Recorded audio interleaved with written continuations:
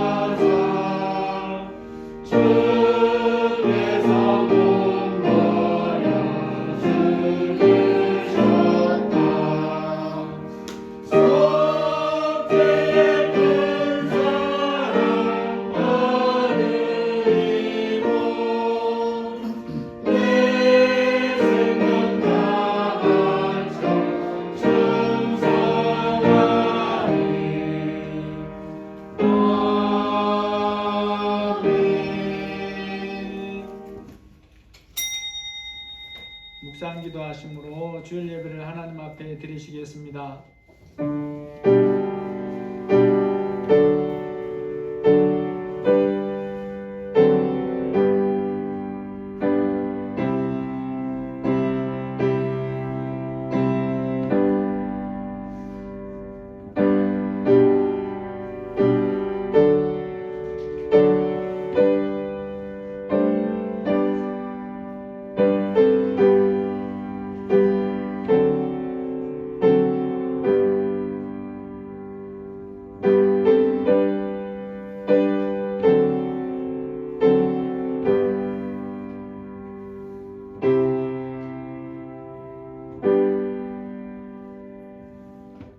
내가 앞으로 가도 그가 아니 계시고 뒤로 가도 보이지 아니하며 그가 왼쪽에서 일하시나 내가 만날 수 없고 그가 오른쪽으로 돌이키시나 배울 수 없구나.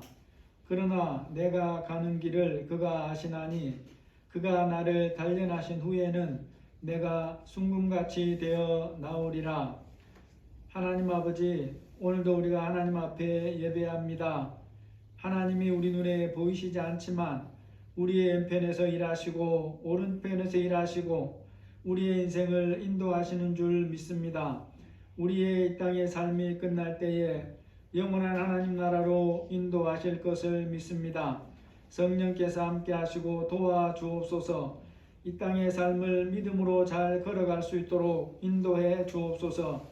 또 오늘은 예배 중에 함께 성찬식이 있사오니 함께하여 주시고 우리의 몸과 마음이 온전히 주를 향하도록 이곳의 성령으로 충만하게 임재하여 주옵소서. 예수님의 이름으로 기도합니다. 아멘. 찬송가 10장입니다.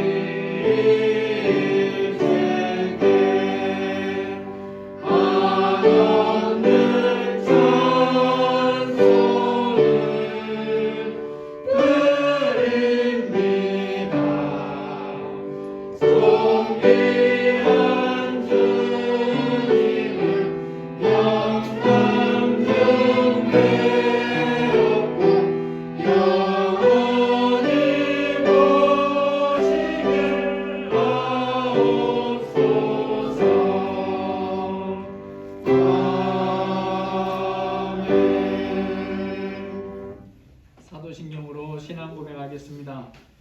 전능하사 천지를 만드신 하나님 아버지를 내가 믿사오며 그 외아들 우리 주 예수 그리스도를 믿사오니 이는 성령으로 잉태하사 동정녀 마리아에게 나시고 본디오 빌라도에게 고난을 받으사 십자가에 못 박혀 죽으시고 장사한 지 사흘 만에 죽은 자 가운데서 다시 살아나시며 하늘에 오르사 전능하신 하나님 우편에 앉아 계시다가 저리로서 산자와 죽은 자를 심판하러 오시리라.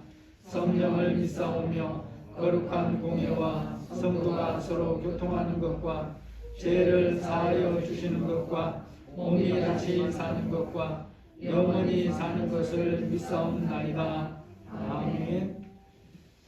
이 시간에는 먼저 우리 성찬식을 행하도록 하겠습니다. 유아 세례 받으신 후에 입교하신 분들과 세례 받으신 분들이 참여하실 수 있습니다. 우리 성찬의식의 의를 잠깐 설명드리면 예수님의 거룩한 피로 값주고 구원함을 받은 교회와 성도들이 예수님이 기념하라고 하신 말씀대로 예수님을 기념하고 예수님 다시 오실 때까지 기억하고 그 사랑 안에 살게 하시려고 그렇습니다. 이 시간 우리 찬송가 211장 1절 2절 부르시고 성찬의식 행하도록 하겠습니다. 우리 찬송가 부르시는 동안에 우리 두 분 장로님은 옷 입으시고 찬송 끝나면 나오셔서 같이 좀 걷어주시면 감사하겠습니다. 찬송가 211장 1절 2절입니다.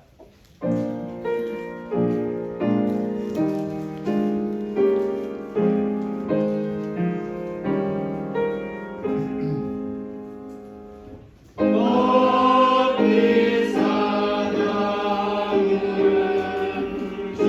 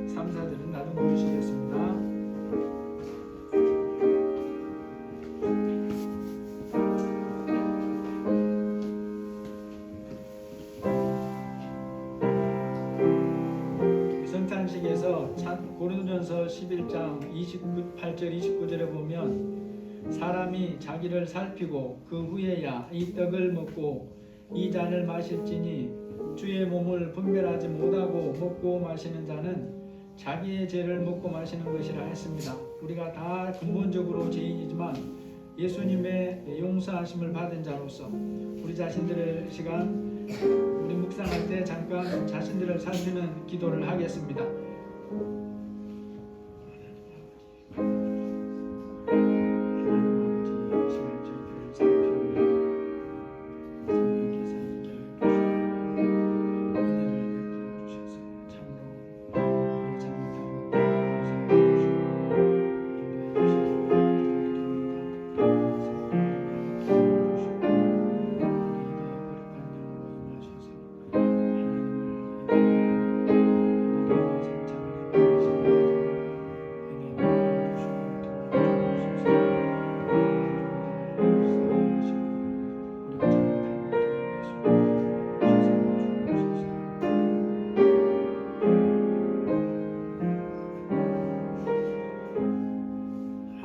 아버지, 이 시간 저희들이 예수님의 말씀대로 아버지의 말씀대로 성찬의식을 행합니다. 우리가 지금까지 살면서 하나님 말씀에 합당하지 못하게 산 것들이 많이 있지만 불쌍히 여겨주셔서 예수님의 보혈로 다 덮어주시고 이 성찬의식이 참으로 주님이 기뻐하는 귀한 예식이 되도록 도와주옵시고 각자의 마음에 성령으로 역사하여 주옵소서. 아직도 하나님 아버지 우리의 마음속에 준비되지 못한 부분이 있다면 불쌍히 여겨주시고 이 시간에 성령으로 함께하여 주옵소서. 예수님의 이름으로 기도합니다. 아멘. 장로님은 나중에 잔을 섬겨주시고 장로님 딱 하시고 주 예수께서 잡히시던 날 밤 떡을 가지고 축사하시고 떼어주시면서 이것은 나의 몸이라 너희를 위하여 준 것이니 이것을 향하여 나를 기념하라 하셨습니다.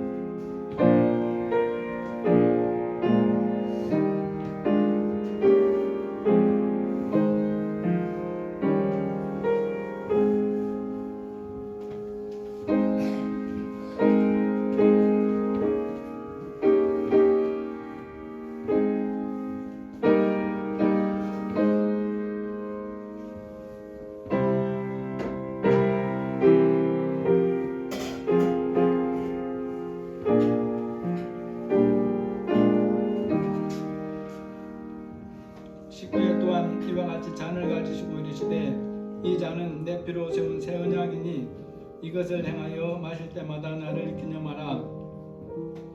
주님의 말씀대로 우리가 잔을 나누오니 성령께서 우리의 몸과 마음을 다 만져 주옵소서.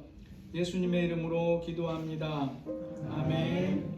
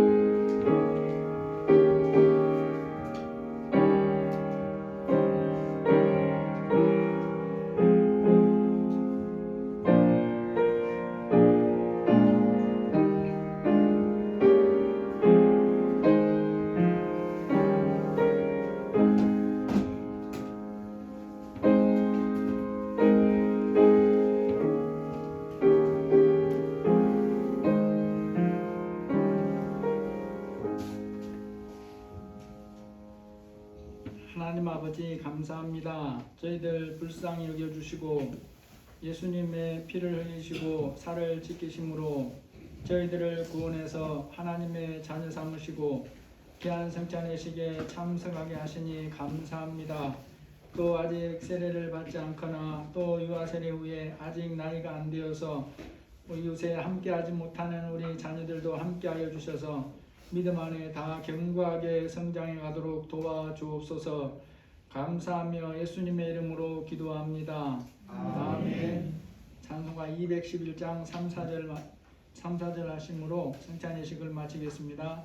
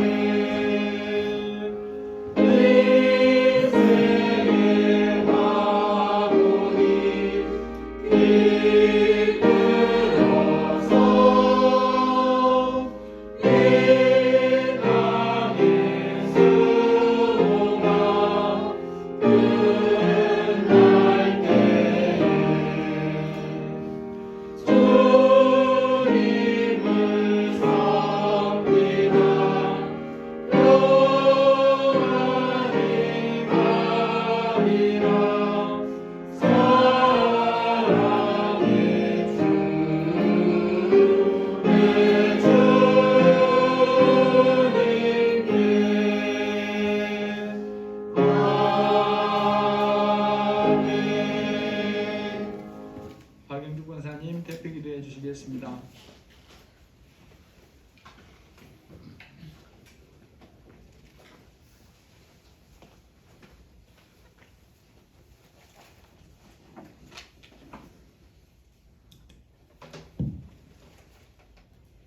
사랑과 은혜가 충만하신 하나님 아버지, 오늘 이렇게 귀한 자리에 나와 예배하게 하시니 감사드립니다. 지난 삶을 돌아보면 참 많은 죄를 지었습니다. 내 생각이 항상 앞서 있었고 참지 못하고 기다리지 못하고 초조해하고 근심에 쌓여 있으면서 내가 어찌 해결하려고 하는 것들이 많이 있었음을 고백합니다. 용서하여 주시옵소서. 지금 이 시간에도 많은 사람들이 갈 바를 알지 못하고 방황하는 이들이 있는 줄 압니다. 불쌍히 여겨 주시옵소서. 아버지를 부르며 살아가는 백성들을 더욱 붙들어 주시며 자로나 우로 치우치지 않고 분별력 있는 삶을 살기를 원합니다. 도와주시옵소서. 이곳에 저희 반석교회를 세우시고 인도하신 것을 진심으로 감사드립니다. 저희 반석교회 성도 한 사람 한 사람을 기억하고 계획하고 계시는 줄 믿습니다. 더욱더 분별력을 주시고 자자손손 믿음의 뿌리가 든든하게 세워지기를 간절히 기도드립니다. 지금은 아무것도 보이지 않고 답답할 때도 많습니다. 저희의 부족함을 용서하여 주시옵소서. 사회적으로나 나라 안팎을 보아도 희망이 없는 것처럼 느껴질 때가 많이 있음을 고백합니다. 모든 것이 내 안에 문제가 있음을 압니다. 우리에게 굳건한 믿음을 주셔서 가시덤불과 엉겅퀴도 태우는 열정을 주시옵소서.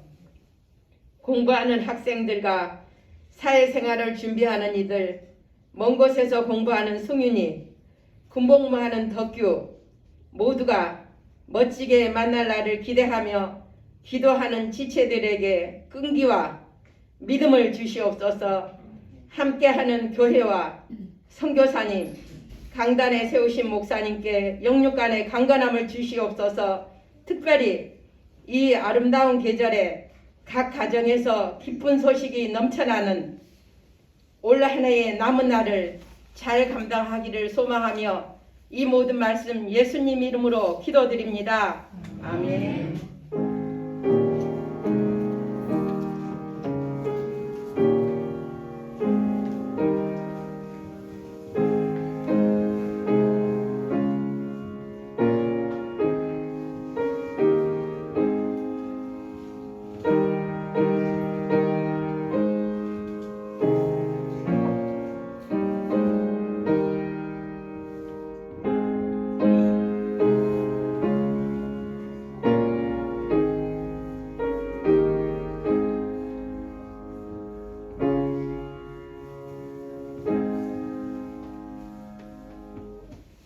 하나님 말씀 보시겠습니다. 창세기 42장 3절에서 8절 말씀입니다.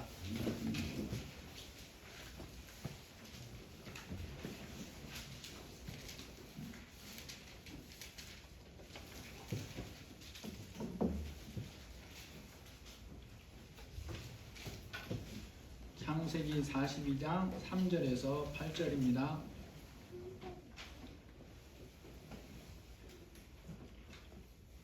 요셉의 형 10사람이 애굽에서 곡식을 사려고 내려갔으나 야곱이 요셉의 아우 베냐민은 그의 형들과 함께 보내지 아니하였으니 이는 그의 생각에 제사장에게 음식가 두려워함이었더라.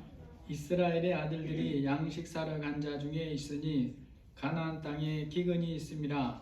그때 요셉이 나라의 주인으로서 그 땅 모든 백성에게 곡식을 팔더니 요셉의 형들이 와서 그 앞에서 땅에 엎드려 절하매 요셉이 보고 형들인 줄을 아나 모르는 체하고 음한 소리로 그들에게 말하여 이르되 너희가 어디서 왔느냐? 그들이 이르되 곡식을 사려고 가나안에서 왔나이다. 요셉은 그의 형들을 알아보았으나 그들은 요셉을 알아보지 못하더라. 아멘. 유머 중에 베드로가 겪는 어려움이라고 하는 것이 있습니다. 베드로가 천국문에서 들어보내야 할 사람들 확인을 하는데 때로는 확인이 되지 않아 어려움을 겪는다라고 합니다. 이유가 뭔가를 보니까 성형외과 의사들의 실력이 갈수록 늘어나서 본래의 모습을 잘 감추어 놔서 그런다라고 하는 유머가 있습니다. 사람 사이에서 반드시 알아봐야 할 대상입니다. 결코 잊을 수 없는 대상인데 알아보지 못한다면 어떤 이유들이 있겠습니까? 외과적인 수술을 통해서 변화를 많이 줬으면 알아보지 못할 수도 있지요. 또한 세월이 너무 많이 흘러서 어릴 때 헤어졌기 때문에 못 알아보기도 합니다. 그런데 그런 게 아니고 함께 살아온 가족이고 또 다 커서 헤어졌는데도 20년 정도 만에 만났을 때 한 사람이 아니라 무려 10사람이 한 사람을 알아보지 못하는 일이 있습니다. 10명이 한 사람을 알아보지 못한다고 해서 상대방도 알아보지 못하는 게 아니죠. 상대방은 10사람을 알아보고 그들이 과거에 한 행동도 다 기억을 합니다. 하지만 10사람 쪽에서는 꿈에도 생각하지 못하고 있습니다. 이 시간 읽은 본문에 보면 드디어 요셉과 그의 형들이 만나죠. 그런데 10명의 형들 쪽에서는 한 사람 동생을 알아보지를 못합니다. 42장 8절에 보시면 요셉은 그의 형들을 알아보았으나 그들은 요셉을 알아보지 못하더라. 요셉과 그 형들이 어떻게 해서 헤어졌는가에 대해서 우리는 잘 알고 있습니다. 형들이 한마음이 돼서 동생을 시기하고 미워해서 죽여버리려고 하다가 유다가 죽이지는 말고 팔아버리자 해가지고 애굽으로 가는 상인들을 보고 종으로 팔아버렸죠. 요셉을 팔아버린 후에 이 일이 형들의 삶에 어떤 영향을 미쳤을까요? 동생을 팔아버린 후에 하는 행동들 보면 형들은 그 요셉의 겉옷에 동물의 피를 묻혀서 아버지 야곱을 완벽하게 속였습니다. 그러면 그 후에 아무 일도 없었던 것처럼 살 수 있었을까라는 거죠. 여기에 대해서 언급은 없지만 우리가 간접적인 그런 말씀들을 통해서 살펴볼 수는 있습니다. 일반적인 모습에서 이런 일을 겪고 나면 사람들이 뭐 하려고 합니까? 잊으려고 애를 쓰죠. 기억에서 결코 좋을 것이 없는 일이기에 입에 올리지 않으려고 애를 쓴다라는 거죠. 여러분, 10명이나 되는 형제인데 서로 다투거나 싸울 일이 없었겠습니까? 이렇게 다투거나 싸울 때에 사람들이 거의 항상 하는 게 뭐냐면 과거에 지나간 일들을 꺼내서 말을 하는 경우들이 많아요. 10명도 당연히 그러했을 수 있습니다. 그런데도 불구하고 야곱은 아들들이 한 그 악한 일에 대해서 전혀 알지 못하고 있어요. 형들이 요셉을 없이했다는 생각 자체를 하지 않습니다. 요셉이 없어진 일과 관련해서 형들의 말만 듣고 알게 된 야곱인데 그럼에도 의심하는 모습이 전혀 없다는 거예요. 후에 10명의 아들이 애굽에서 요셉을 만났고 그 요셉이 야곱 가족을 애굽으로 초청한다는 말을 할 때에 야곱이 그 말을 듣고 보이는 반응이 45장 25절 이하에 나와 있습니다. 그들이 애굽에서 올라와 가나안 땅으로 들어가서 아버지 야곱에게 알리어 이르되 요셉이 지금까지 살아있어 애굽 땅 총리가 되었더이다.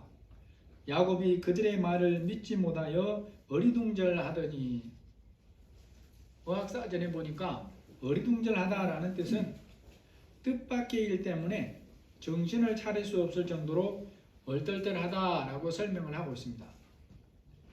야곱이 10아들이 요셉에 대해서 하는 말을 듣고 믿는 것은 그만두고 지금 이 아들이 무슨 말을 하는지조차 알아들을 수 없을 정도였다라는 거예요.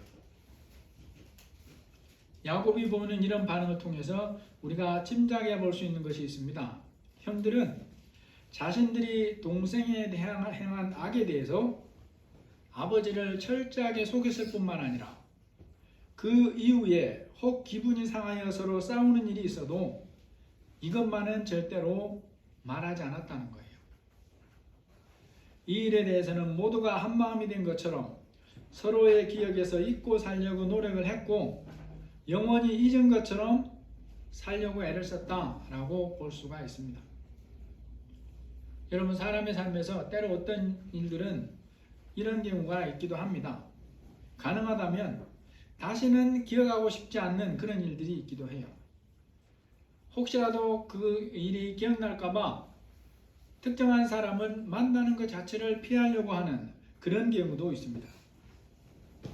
그런 일이 혹 저나 여러분에게 있다면 그리스도인으로서 점검해야 될 부분이 있음을 우리가 알 필요가 있습니다. 그 일이 하나님 말씀에 비추어 어떤 성격인가 라는 것을 점검하면서 살아야 되는 거예요. 그래야 그 일에 매이지 않을 수 있습니다. 만약 하나님 말씀에 걸리는 일이라면 그 부분을 먼저 해결을 해야 됩니다. 하나님 앞에서 내가 해결해야 될 부분임에도 외면하고 해결하지 않으면 잊으려고 애쓴다고 잊어지지 않는 게 아니라라는 거예요. 잊어지는 게 아니라는 거예요. 없어지는 게 아니라는 것입니다. 내가 그것을 기억하지 않으려고 애쓰는 것으로 문제가 해결되질 않아요. 하나님의 방법대로 하지 않고서는 그 문제에서 자유함을 얻을 수가 없는 것입니다. 이 시간 요셉의 형들의 모습을 보면서 하나님이 이런 부분을 어떻게 만지시는가 우리가 한번 살펴보려고 합니다. 형들이 애굽의 총리를 만나고 난 후에 보이는 그 행동들 속에서 우리는 그들이 어떤 마음을 가지고 살아왔을까를 능히 살펴볼 수가 있다는 것입니다. 기근이 드니까 이제 야곱이 아들들에게 가서 양식을 사오라 하는 것이 42장 1, 2절 말씀이죠. 그때 야곱이 애굽에 곡식이 있음을 보고 아들들에게 이르되 너희는 어찌하여 서로 바라보고만 있느냐? 내가 들은즉 애굽에 곡식이 있다 하니 너희는 가서 우리를 위해서 양식을 사와라 라고 얘기를 하죠. 아버지인 야곱이 소문을 들어서 알았다면 아들들도 당연히 알고 있을 거예요. 그럼에도 선뜻 사려고 하는 결정은 못합니다. 이걸 보면 애굽에 양식 사러 가는 일이 쉬운 일이 아니었다라는 걸 우리가 짐작해 볼 수 있어요. 아버지 야곱의 재촉이 아니어도 이제 살려면 어쩔 수 없이 다녀와야 할 상황인데 아버지의 재촉이 더해지니까 이제 형들은 결심을 하고 애굽으로 갑니다. 42장 3절을 보니까 요셉의 형 10사람이 애굽에서 곡식을 사려고 내려갔으나 요셉의 형들이 애굽에 양식을 사러 가는 이 일을 통해서 그들은 그들의 인생에서 두 번 경험할 수 없는 특별한 일을 경험합니다. 그들이 오래전에 종으로 팔아버린 동생을 만나게 되고 더군다나 요셉의 모습이 자신들로서는 상상도 하지 못할 그런 모습으로 만나게 되는 거죠. 여러분, 형들 입장에서 혹시 그들이 애굽으로 가면서 요셉을 만날 수 있을 거라는 생각을 했을 것 같습니까? 그들이 하는 행동을 보면 전혀 아니구나 라는 걸 볼 수 있어요. 상상하지도 않고 갑니다. 그런데 누가 만나게 하느냐? 하나님께서 하나님의 계획을 이루시려고, 그들을 향한 계획을 이루시려고 형들과 요셉을 만나게 하신다라는 거죠. 하나님께서 요셉과 형들을 만나게 하셨다고 말씀할 수 있는 충분한 이유들을 우리가 성경에서 직간접적으로 찾아볼 수가 있습니다. 먼저는 요셉과 관련된 하나님 말씀을 통해서 우리가 확인할 수 있어요. 나중에 살펴볼 부분인데 요셉이 형들에게 자신의 정체를 밝히면서 하는 말을 통해서도 우리가 이것이 하나님의 계획임을 보게 됩니다. 45장 5절 이하에 보면 하나님이 생명을 구원하시려고 나를 당신들보다 먼저 보내셨나이다. 하나님이 큰 구원으로 당신들의 생명을 보존하고 당신들의 후손을 세상에 두시려고 나를 당신들보다 먼저 보내셨습니다. 우리는 또 하나님의 말씀을 알고 있으니까 하나님께서 그들의 증조 할아버지인 아브라함에게 하신 말씀을 통해서도 하나님의 계획을 알 수 있습니다.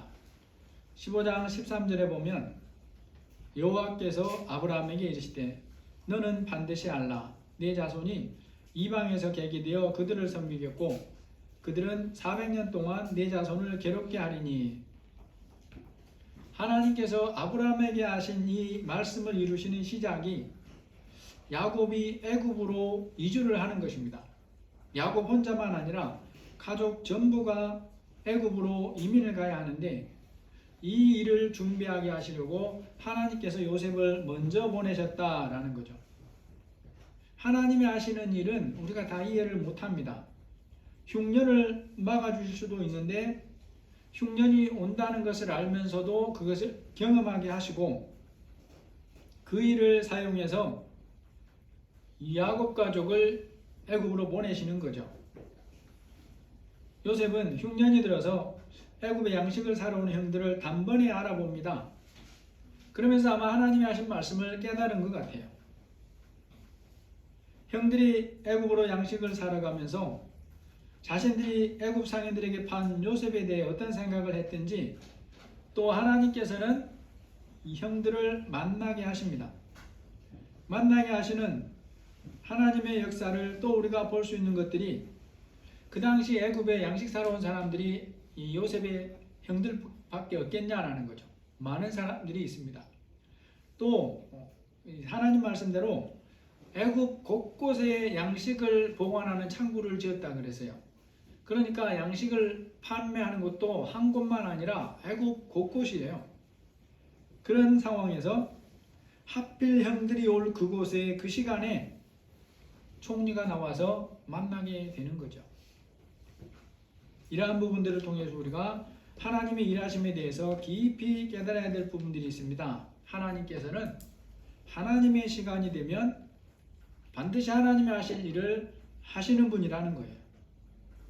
그리고 이런 부분에 대해서 사람이 알 수 없지만 하나님께서 필요하면 또 그것을 볼 수 있을 만큼 드러내 보여주기도 한다는 것입니다. 그래서 우리가 하나님의 일하심 눈에 보이느냐 보이지 않느냐, 이것이 우리가 하나님의 말씀과 일하심을 믿지 못할 이유가 되지 못한다라는 걸 기억할 필요가 있습니다.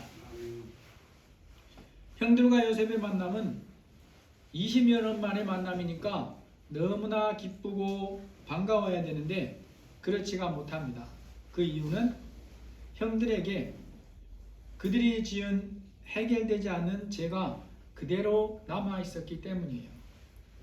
형들의 죄가 드러나고 해결함을 받게 하는 것도 하나님의 뜻입니다. 그래서 형들은 모르지만 하나님께서 요셉을 통해 이 일을 해 나가십니다. 하필 그 시간에 그 장소에 나간 요셉이 형들과 만나죠. 그런데 형들은 전혀 요셉을 알아보지 못합니다. 요셉이 형들의 마음속 깊은 곳에 있는 것이 어떠한가를 시험해보고 끌어내기 위해서 하는 말이 있어요. 42장 9절에 보니까 그들에게 이르되 너희는 정탐꾼이라 이 나라의 틈을 엿보려고 왔느니라. 애굽의 양식을 사러 온 형들이 어떤 위기를 만났습니까? 양식을 사서 돌아가 가족들을 구해야 되는데 정탐꾼으로 몰리게 생긴 거예요. 정탐꾼으로 몰리면 잡혀서 종이 되거나 아니면 죽임을 당할 수도 있습니다.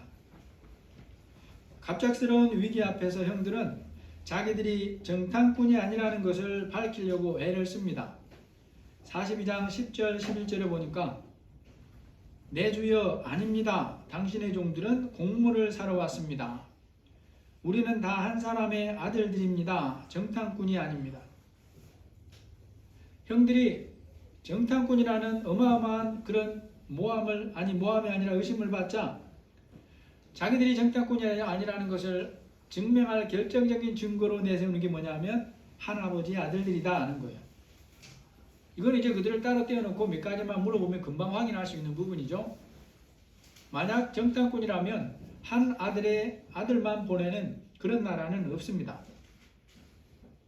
만약에 그러면 그 정보에 대해서 신뢰하기도 어렵고 또 10명이나 되면 나이 차이도 날 텐데 누가 그렇게 팀을 만들어 보내겠냐는 거예요.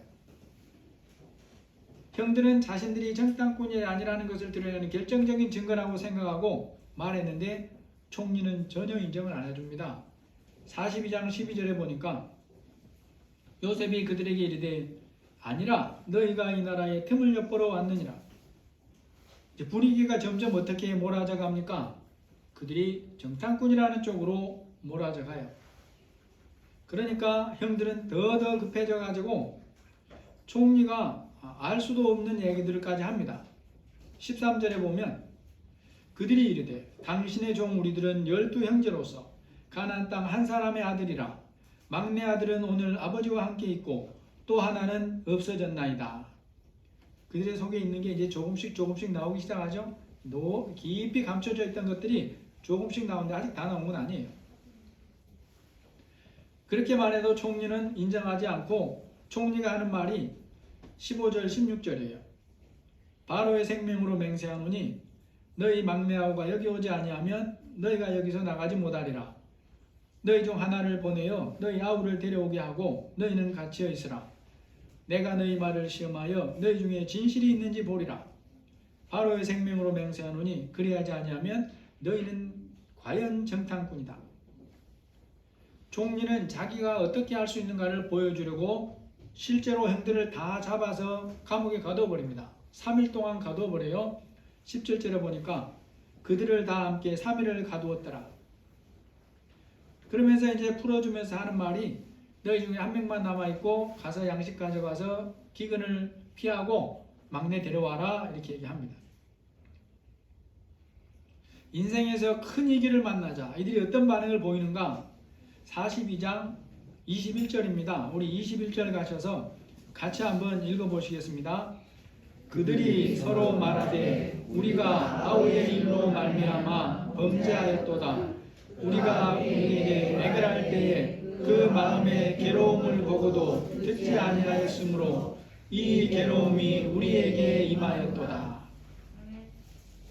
형들은 저마치서 총리가 듣는 거리에서 말하지만 설마 자기 말을 알아들을 거라고 생각하지 않고 하는 말이죠.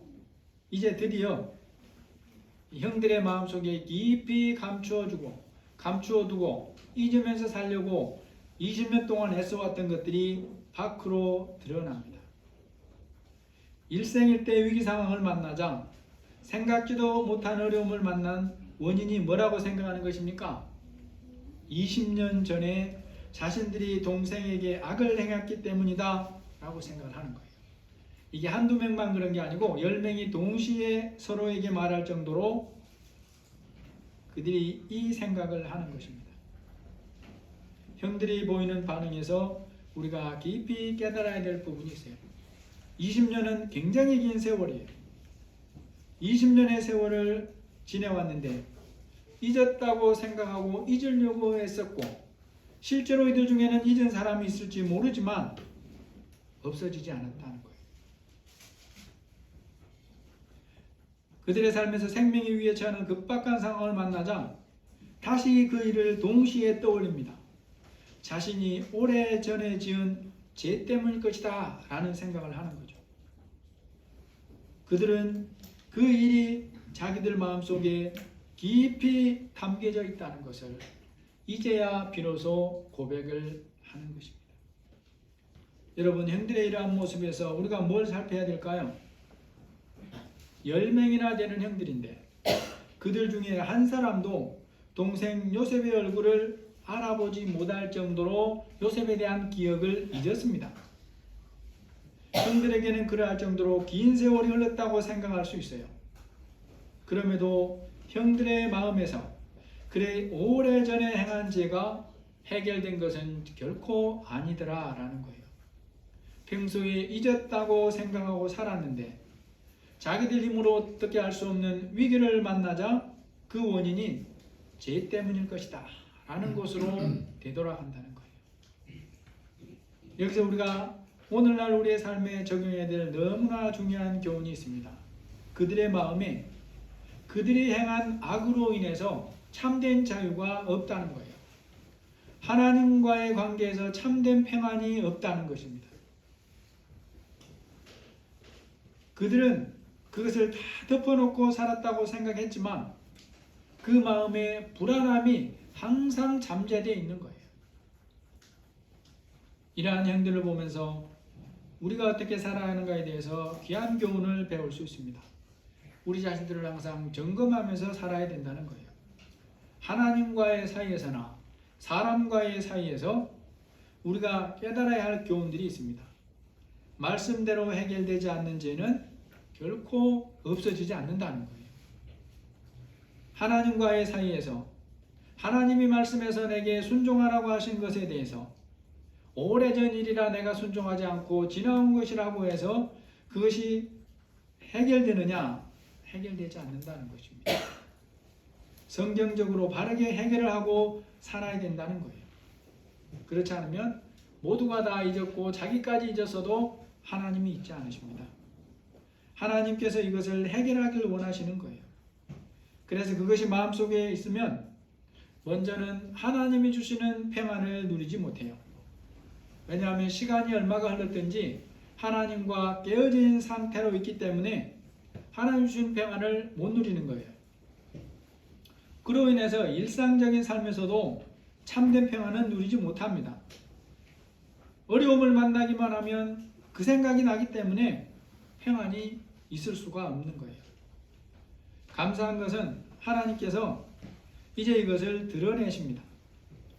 해결하지 않은 죄에 대해서 말씀 따라 해결하지 않고 사는 것에 대해서 하나님이 오래 기다려 주셨지만 때가 되니까 하나님이 직접 개입하셔서 드러내게 하시는 거예요.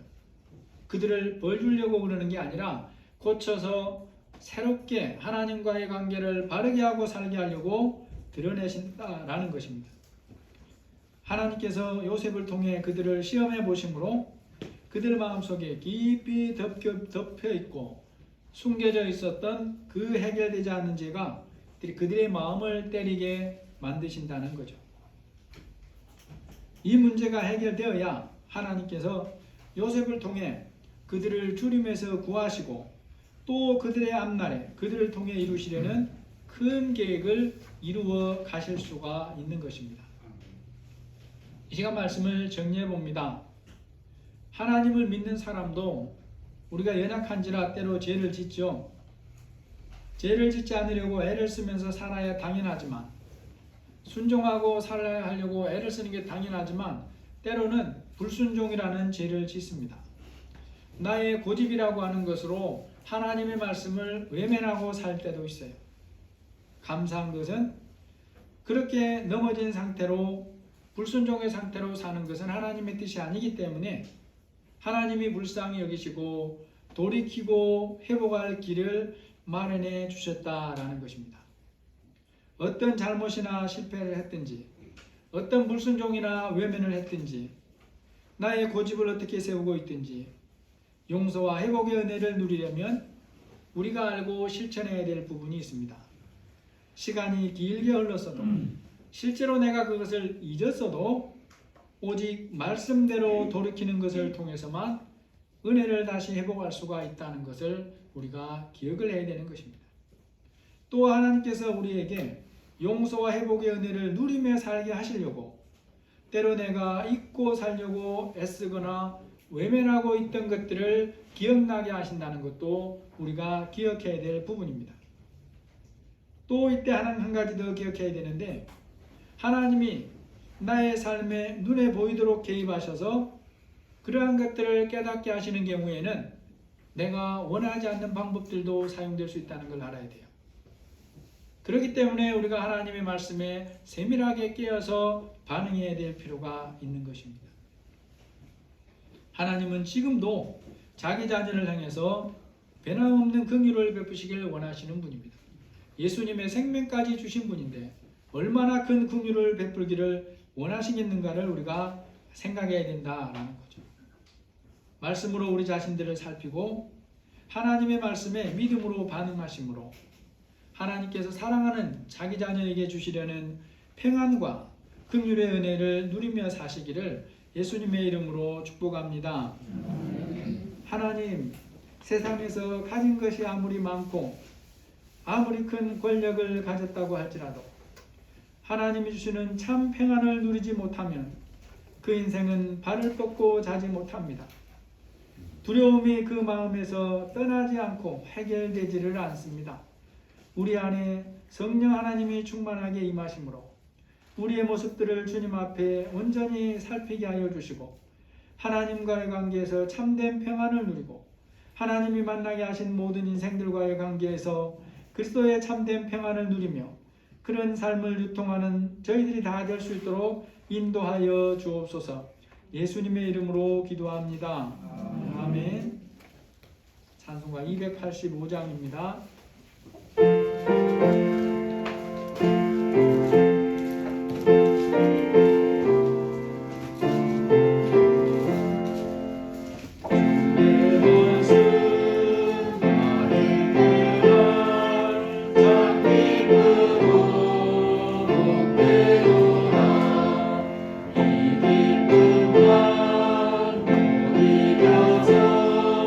온 세상에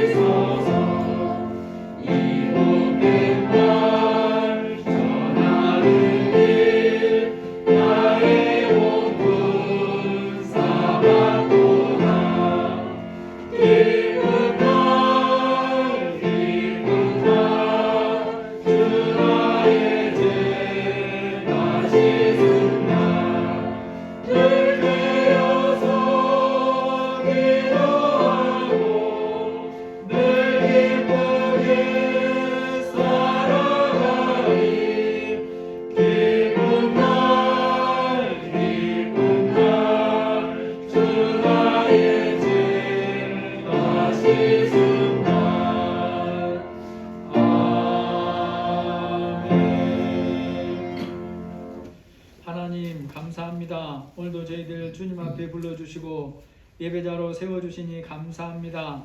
우리의 몸과 마음을 시간을 드리고 또 귀한 물질을 믿음으로 구별해서 드립니다. 우리 성도들의 가정 위에, 자녀 위에, 직장 위에, 사업장 위에 함께 하시고 하나님이 맡겨주신 것들을 주님이 원하시는 모습대로 사용하며 유통하는 사명을 잘 감당할 수 있도록 인도하여 주옵소서. 예수님의 이름으로 감사하며 기도합니다. 아멘. 우리 광고 보시면 다음 주일은 추수감사주일로 지킵니다. 우리 예전처럼 함께 하시고, 이건 제 생각으로 드리는 광고인데 이번에는 학부가 아니고 신대원에 좀 갖다 줬으면 좋겠어요. 그러니까 또 이게 다 겹치면 안 되니까 제 생각입니다. 우리 두 분 장로님들께서는 아주 맛있는 귤을 한 박스씩 이상 해주시면 아주 좋겠습니다. 그래서 지난해는 또 이렇게 귤을 좀 교육 돈으로 샀었어요. 그러니까 나눠 먹기 쉽고, 그래서 제 생각은 귤이나 아주 맛있는 바나나 같은 거는 그 학생들에게 뭐 칼 같은 거 없어도 기쁘게 먹을 수 있는 것 같은데 그랬으면 좋겠고, 또 우리 다른 성도님들도 예전대로 그렇게 기쁘게 하셔서 함께 나눌 곳에 나눴으면 좋겠습니다. 우리 좌우로 인사하시겠습니다. 반갑습니다. 힘내세요. 반갑습니다. 힘내세요. 네. 또 한 가지 있습니다. 기도하겠습니다. 기도하겠습니다. 네, 우리 성도님들도 힘내시고, 또 요즘 또 우리 장로님들 금요일 기도동부에 다 계속 나오세요. 그러니까 여러분들도 힘내셔서 함께 집에서라도 힘써 기도하시면 감사하겠습니다. 찬송가 430장입니다.